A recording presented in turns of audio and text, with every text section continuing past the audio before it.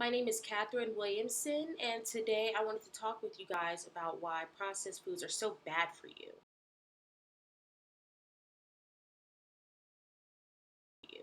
So, first of all, what are processed foods? Well, processed foods are foods that have a long shelf life.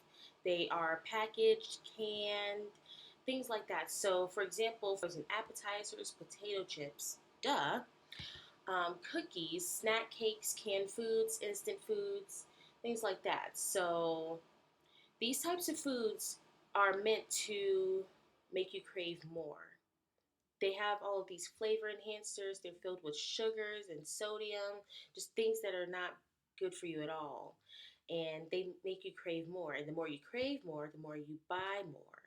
And of course, it's easier to buy those products because they're also cheaper than healthier foods.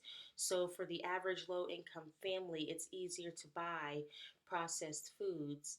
And also for people who are busy and don't have time to make their own foods and sit down and have their own meals, it's easier for them to just pop something in the microwave, but it's so bad for you. Not good at all. So, processed foods, obviously, they put you at risk of diseases such as cardiovascular disease, diabetes. They're just completely awful. Not only do they put you at risk for those types of diseases, but they also put you at risk of ingesting contaminants. So, for example, in the years 2008 and 2009, hundreds of people in the US were infected with Salmonella typhimurium. So, they all had in common was the consumption of King Nut brand peanut butter and Austin and Keebler brand peanut butter crackers,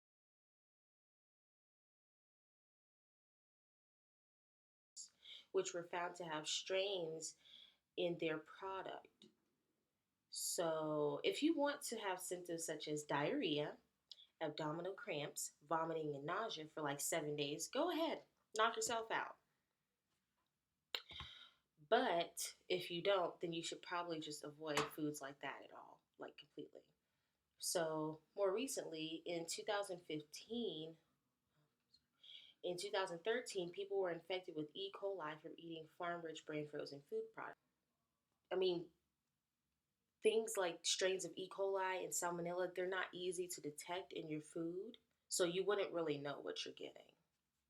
So I say this in all to say that processed foods are just not good at all for you. And even though healthy foods are a little bit on the pricier side, it's so much better than consuming processed foods.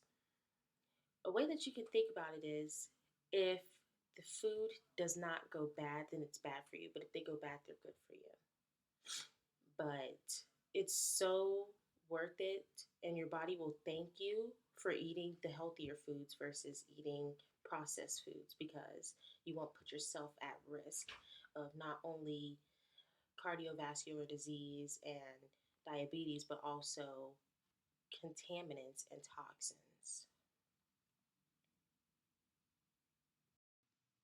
The purpose of this video was to inform you on why processed foods are so bad for you and also to persuade you to try to eat healthier foods and to avoid processed foods at all costs. Thank you so much for watching this video.